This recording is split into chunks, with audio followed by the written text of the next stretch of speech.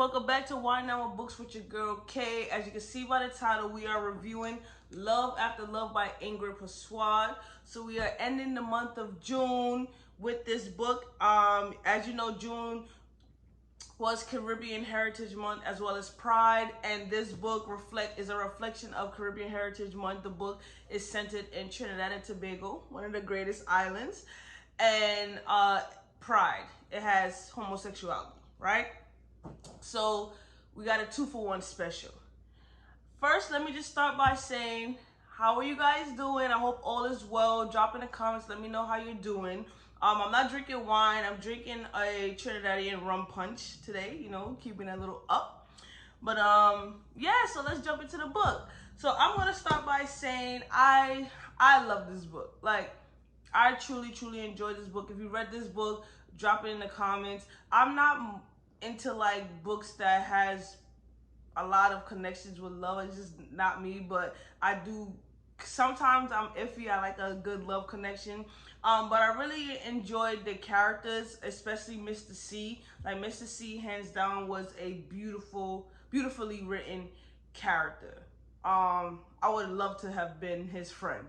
I enjoyed Betty's character as well. Towards the end of the book, I definitely shed a couple tears. I'm like, damn.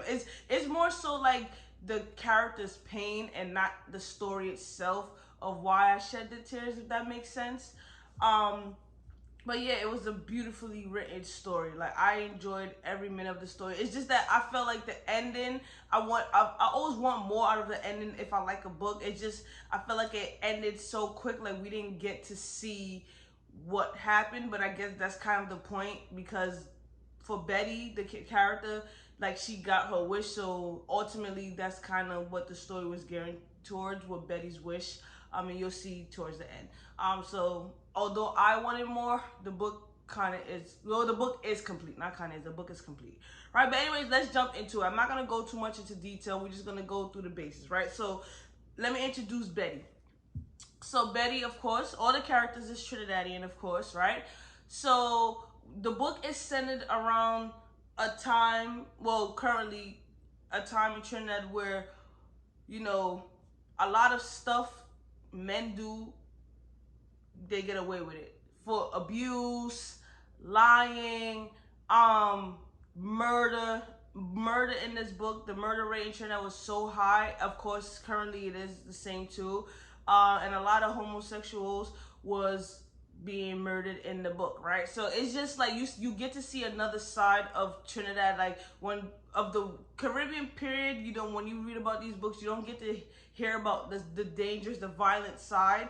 And unfortunately, the author did a great job of capturing that. And I think it's important because, you know, you do visit these West Indian islands, and it's not all glitz and glam. It's not all happy. Like, there is another part, especially if you come from the islands, then you know. But if you're only a visitor, especially if you stay on resorts and stuff like that, you won't really get to see the island and know the island and know what takes place there. So that's a difference.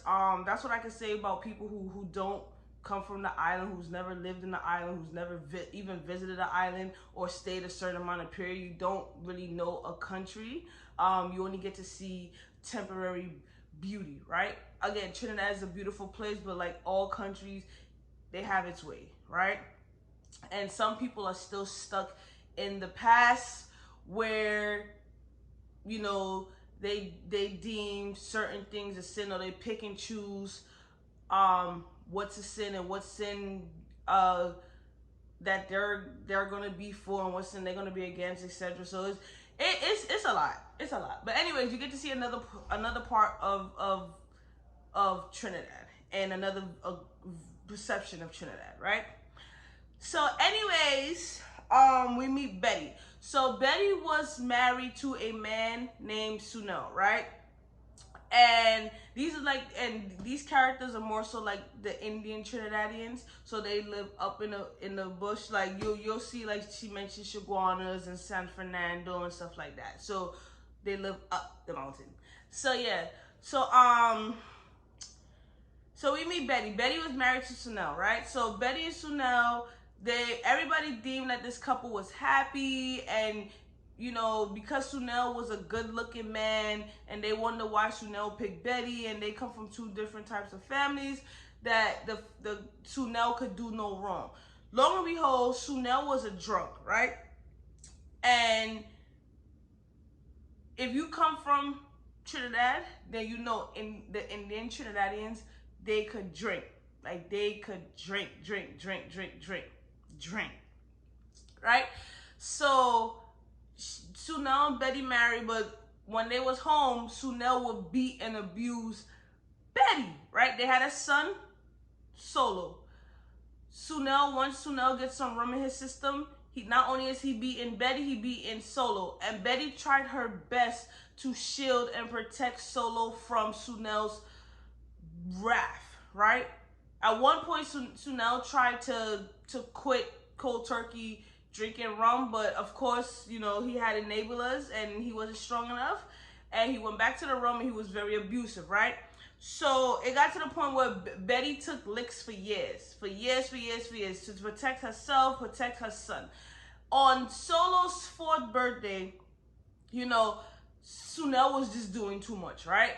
So while Betty sent Solo to his room, Sunel was outside. I think he was drinking, of course, and he had I think he was smoking or something outside. He was outside on the banisters, whatever, right? And they had these long, steep steps, right? Something came over Betty, right? I guess something clicked, and Betty was just tired of the abuse, not only for herself but for her son, and she kicked Sunel down the stairs, right? And Sunel ended up dying. But because people knew that Sunel was drinking, it just was ruled as an accident. He got too drunk. They had dangerous stairs. He went down the stairs when he was drunk, right? So Betty has been raising her son since that night. And, you know, she's been doing good with Solo. Her and Solo is like this. Like, Solo's a mommy's boy. And Betty's really happy, right? She's just free from the abuse. There's only 2 people who know what Betty did, and that's Betty's 2 best friends, right?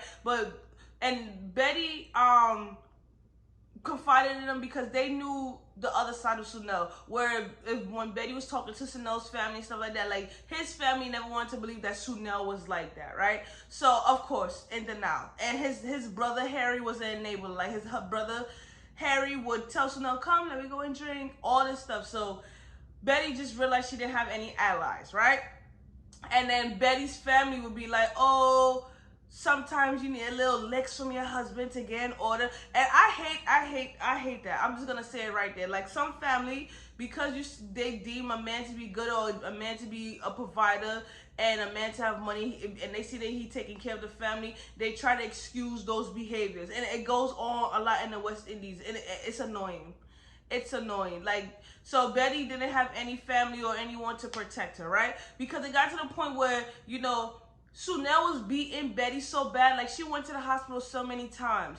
She had broken bones, fractures. So after those fractures and bones healed, she still had pain to this very day. So I was happy she killed Sunel. I'm sorry, I know murder is a sin. Yes, I do. But sometimes you just snap and you just get tired.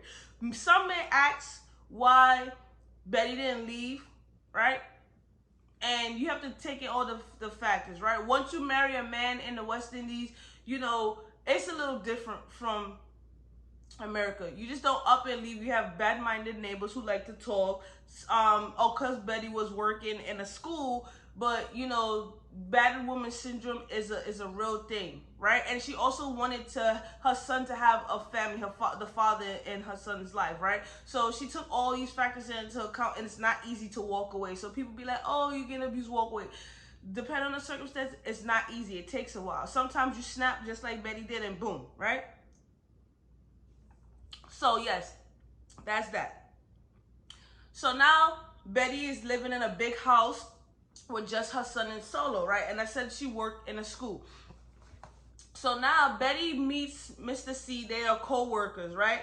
So one day, Mr. C and Betty talking. Betty tells Mr. C, you know, I'm living in a big house. I need extra money. If you know somebody who needs to rent a space, please let me know.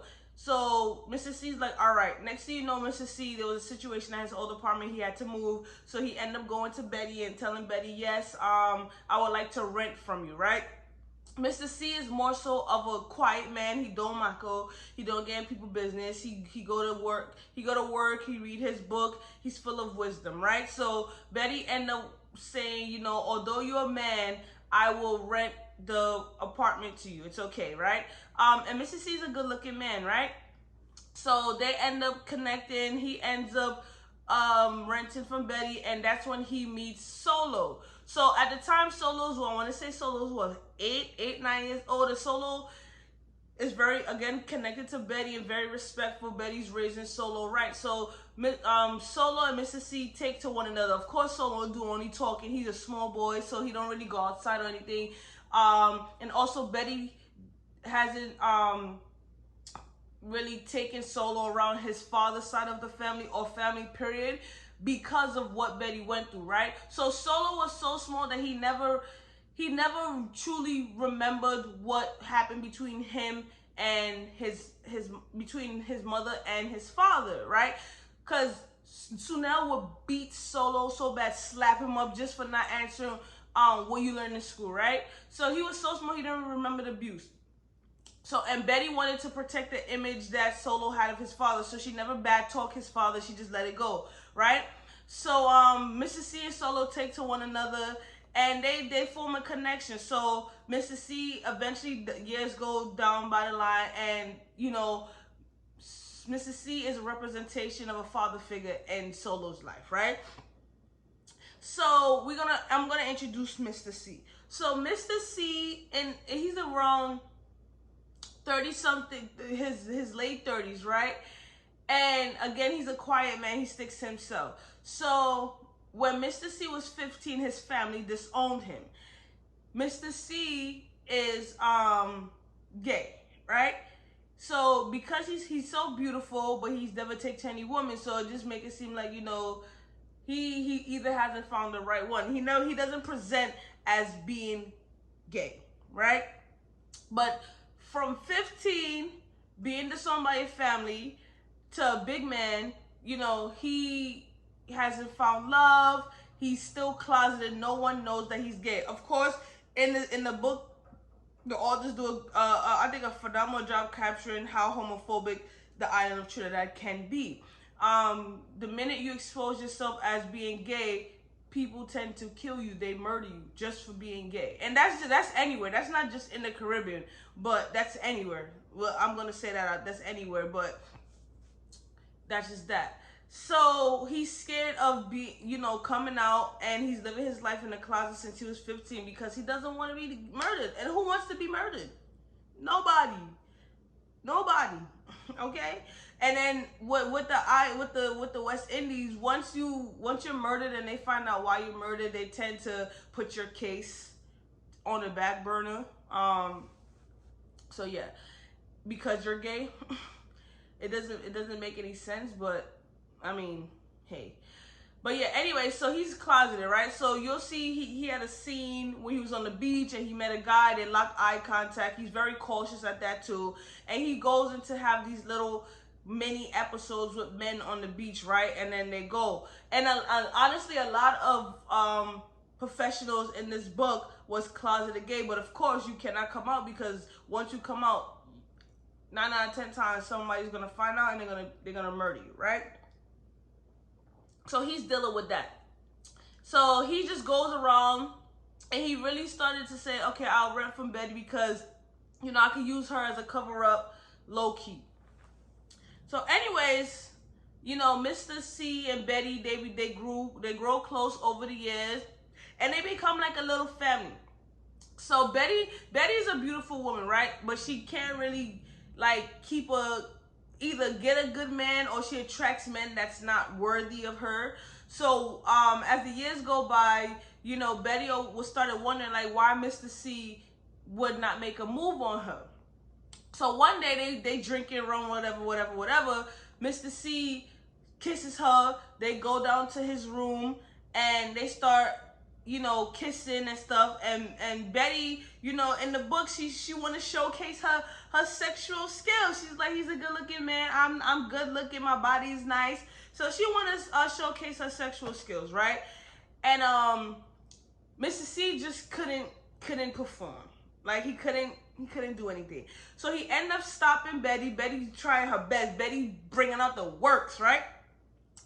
And he ended up stopping her, and he said, "Listen, Betty, I have something to tell you, right?" And she like, "All right, you know." And then he's like, "I'm gay." So Betty just taken back, like, "What? Like you see me? Nah. You a beautiful special man. You gay? Please, you never gave off any vibe that you gay." So then she tried again. He's like, "Nah. In truth, I'm gay." So she's taken back. She's not mad. She's just like, wow, like that explains a lot. And she was like, just for the record, you know, I bought out the stoppers. He's like, yes, I know. So from that night, you know, they bond form is deeper. So they end up going upstairs. They end up talking, and Betty has been carrying the secret around about her murderous Sunil for so long, right? And they, of course, they expected Solo to be sleeping. So they go upstairs in the kitchen. They make, I think Mr. C was baking tea, something like that, right? And they talking. So Betty's like, I have something to tell you, and confide in you. So they end up talking, and Betty confides in Mr. C that on Solo's 4th birthday, she tells the whole story about the drinking and him being outside, and how he didn't fall, how she pushed him, right? And she's a murderer.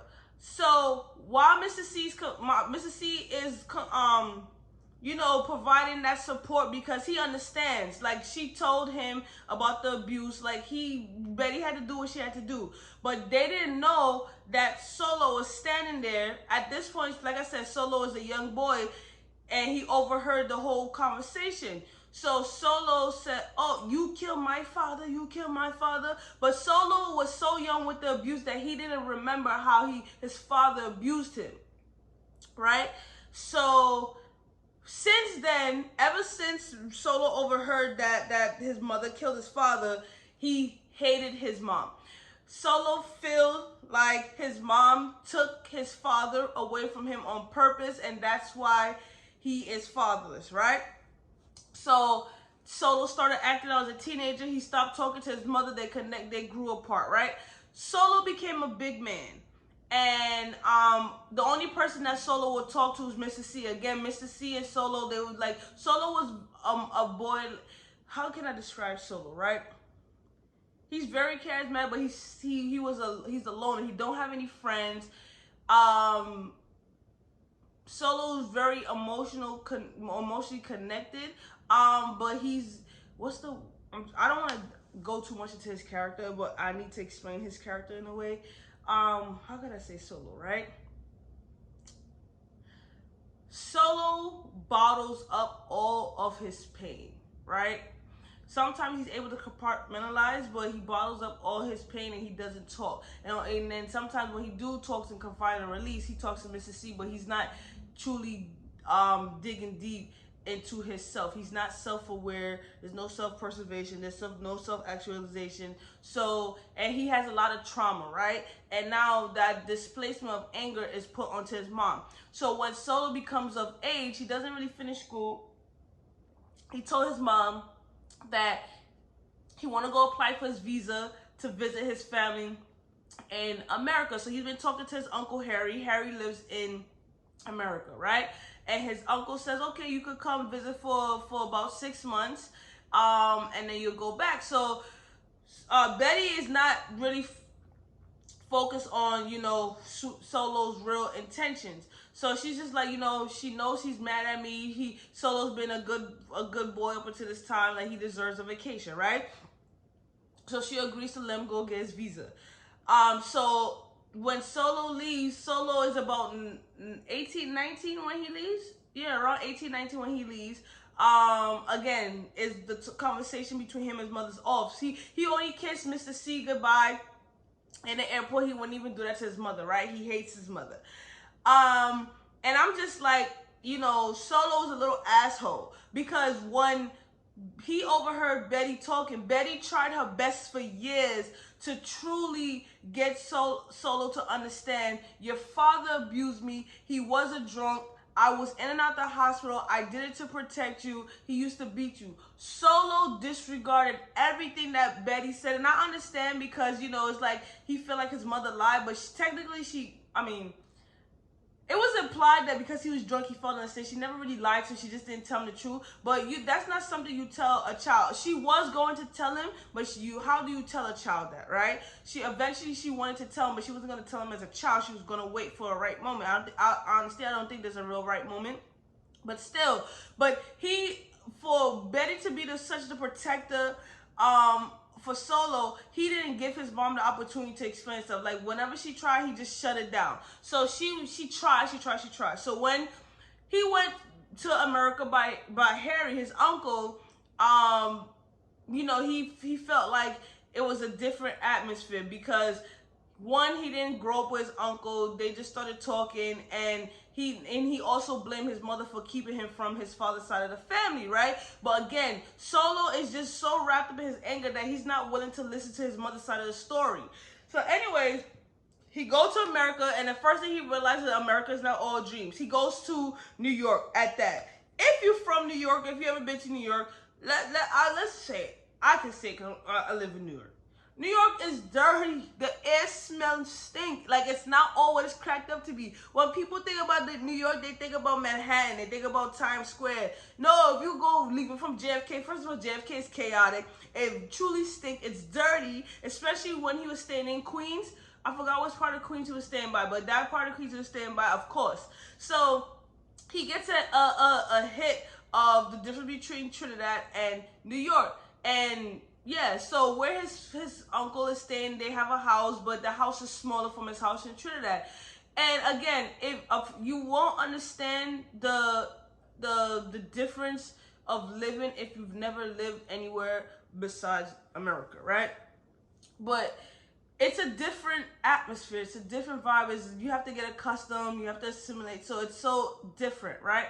So his Solo intentions is that, you know, to his mom, he's just visiting for the 6 months, and that's it. But after the 6 months, Solo had no intentions of going back to Trinidad. And he didn't even like Trinidad. Like, he was fed up of Trinidad. He was fed up with the island. He didn't want to live there no more. And it'd be like that. Like, it'd be like that. It'd truly be like that, right? So Harry and Solo was talking, and the only thing with Harry is just like, Harry was real deceiving. He knew Solo's intentions. He didn't know what happened between Solo and his mother.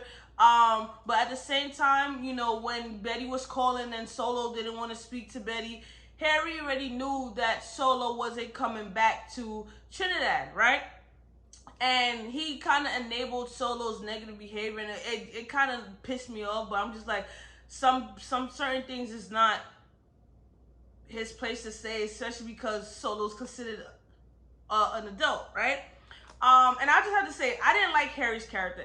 Harry knew that Sunil was a rumhead, like he was a drunk, and Harry was able to stop himself, but Harry also enabled Sunil's behavior. So when Harry and Solo was having a conversation about Sunil, Harry only kept a good thing about Sunil, right? He never told Solo the bad parts about his brother. And I'm just like, if you're gonna tell someone's character or personality, tell everything. You making it seem to Solo that his father was a saint. And I'm pretty sure that they knew Sunil was beating Betty ass. I'm pretty sure they knew. But of course, you know, family is gonna hide secrets to the grave, right? But anyways, so once Solo reached New York, the only person that Solo would talk to from Trinidad is Mr. C. Betty would call Solo, text Solo. Solo would not answer. Years passed by, and Solo did not speak to Betty. Betty decided to write him letters. Solo would not respond, right? Solo ended up getting a fake birth certificate, fake social while he was in America from another West Indian connect there, right? And he got a job, he started working, but he was so depressed, he was so filled with anger that Solo only went to work and he came back, right? he cleaned, sometimes he would explore, but for the most part, he stayed in the attic where he was living in his uncle's house. So to feel a release of the pain that he was experiencing, he began cutting himself, right? And he was cutting himself, and one time it was just became so much for him after reading one of his mother's letters, and living in America, and at one point he ended up getting robbed for his money by somebody he thought his friends, who was trying to get him the birth certificate and social at the time so he could continue working and be in America and remain in America. And all of those factors played into him trying to commit suicide. So his family ended up finding him, and they rushed him to the hospital, and he survived. And I will say the support from his family though was beautiful, right? His family would support him and trying to figure out why would you want to commit suicide, and if it's because of the money that was stolen, you could have came to me, talked to me. He had a good support system. I would say that Solo grew up he had a phenomenal support system, people that he cared about, right? But he would not talk to his main support system, which is Betty. And Betty, for years, the only thing Betty wanted was to talk to her son, right? Betty became depressed. She kept trying, and her tries, it really broke my heart, because I'm like, a mother could go through so much for the child would not know, right? Especially if it's a good mother, especially as a mother that's a provider who did so much for the son, and one little thing, your child will refuse to listen. Again, I understand why, but he should have gave her the benefit of the doubt to hear her side of the story, because she was such a good provider, protector, and she loved him to death. There was nothing that she wouldn't do for Solo, and it broke Betty down to pieces, right? And it really, really hurt my heart, right? So I'm gonna pause there on Betty and Solo, right? All right, so now we're gonna go back to Mr. C. So Mr. C now, again, years has gone by.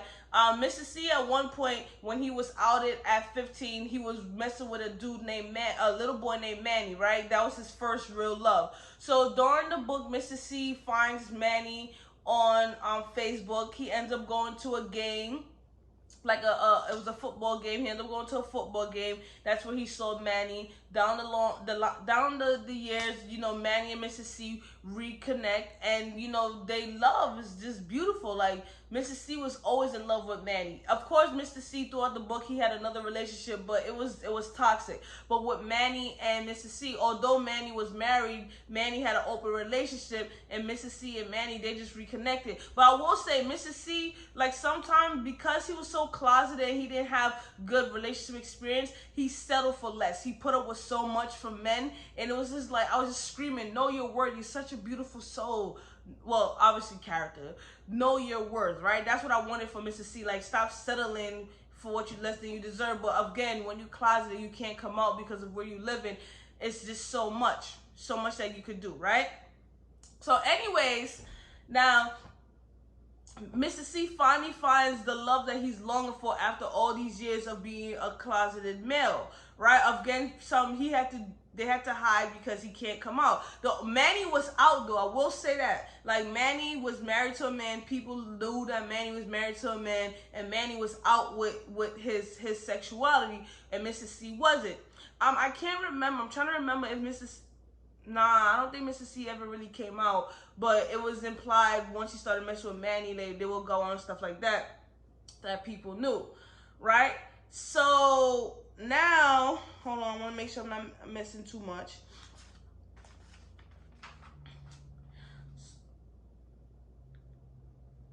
Okay, yeah, so that's Mr. C. So he ends up finding his love, reconnecting his love with Manny, right? So I was so happy that Mr. C finally was able to feel some type of love throughout his years. It was just sad because he never connected with any of his family. He was just a loner, and it's just like, damn, like, for a family to really displace you, disown you because of your sexuality, like, I just don't understand. Like, I thought love is supposed to be unconditional no matter what, but anyways, so now we back to Betty. Betty is so distraught now about her relationship with Solo, that she ends up dabbling what is like going to temple, right? In my mind, when I in the book how they was going doing temple and stuff like that, I automatically think obeah, spirits. You messing with another spiritual realm that's outside of God. I don't deal with that, right? But again, my perception of obeah is from, you know, growing up, it's considered to be a bad thing, where other people say, you know, it's provides spiritual healing, open it changed life. So I don't know. I don't know too much about obeah, but I know if it's not of God, I just don't dibble and dabble in that, right?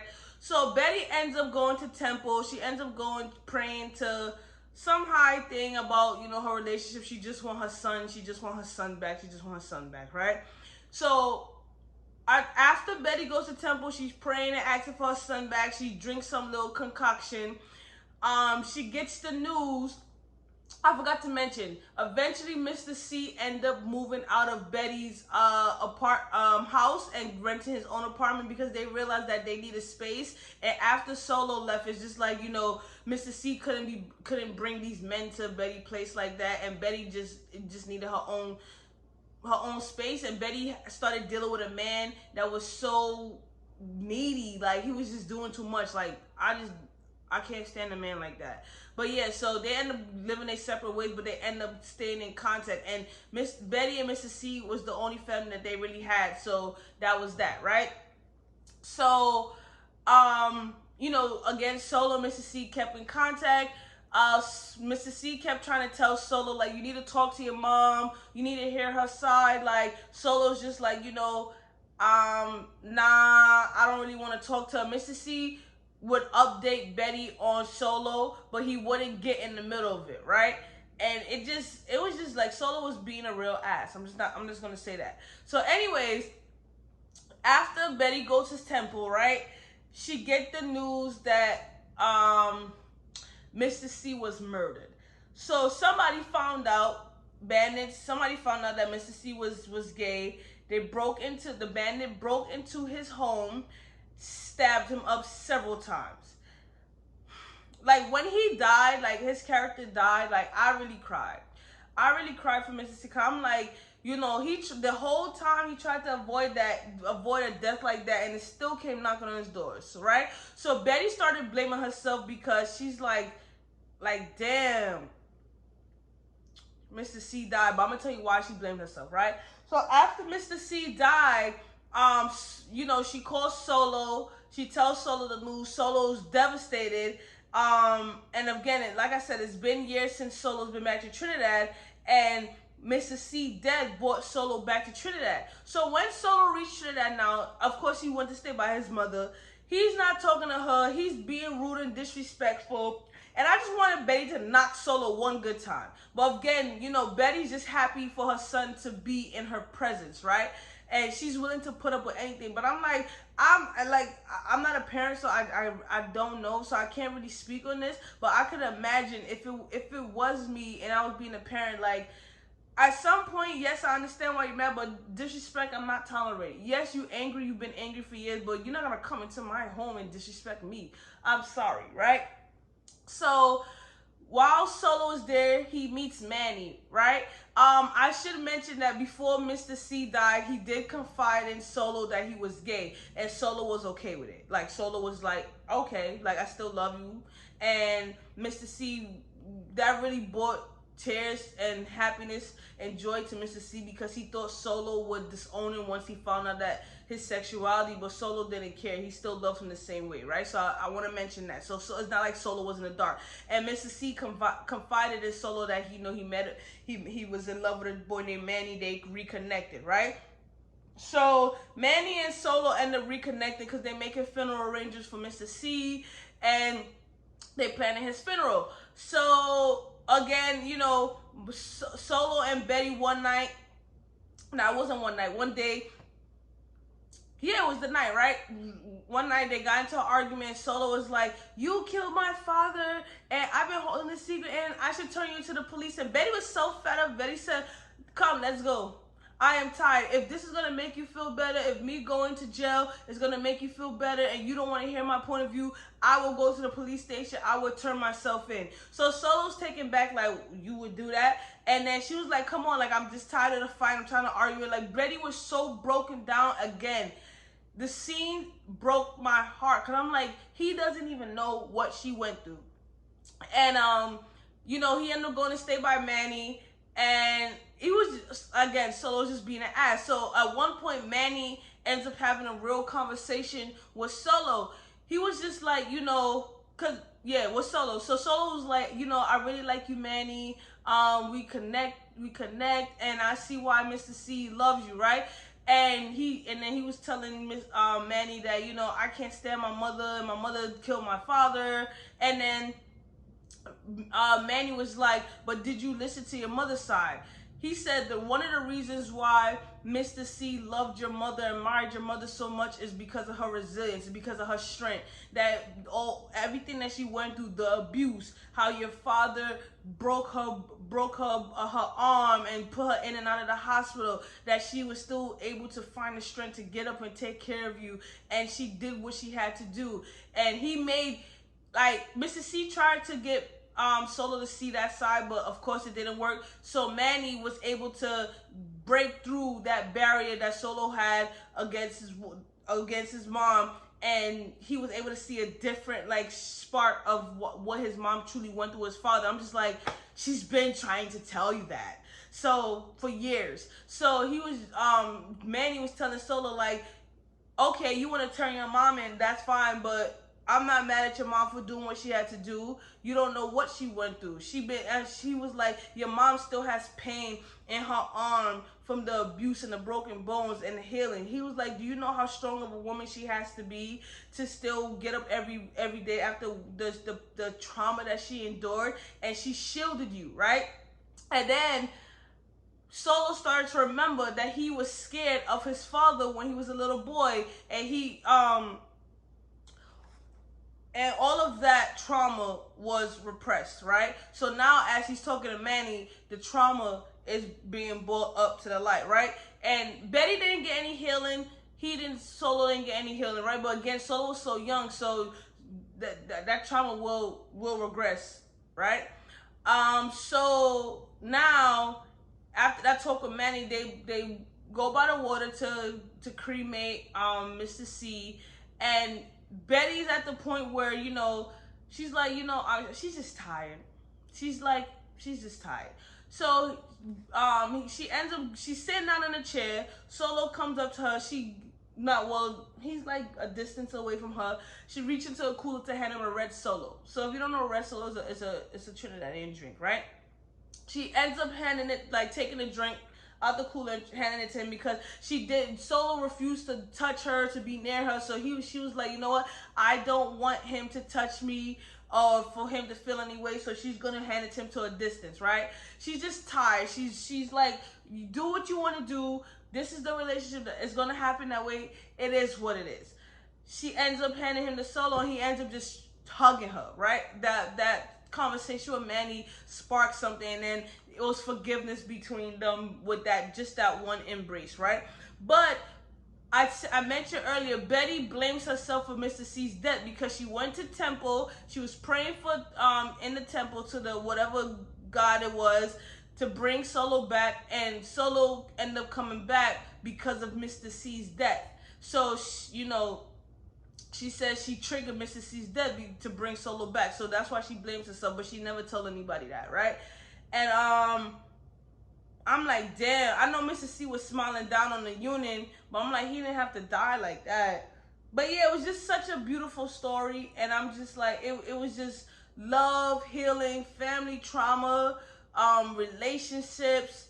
It has so many themes in this book, and it's just like, I felt for the characters. Like, you could truly feel the characters' pain in the book, and I love writing like that. I love a writing style like that. Like, I want to feel what the characters is feeling. I'm not too emotional, but sometimes I cry, you know, sometimes books make me cry.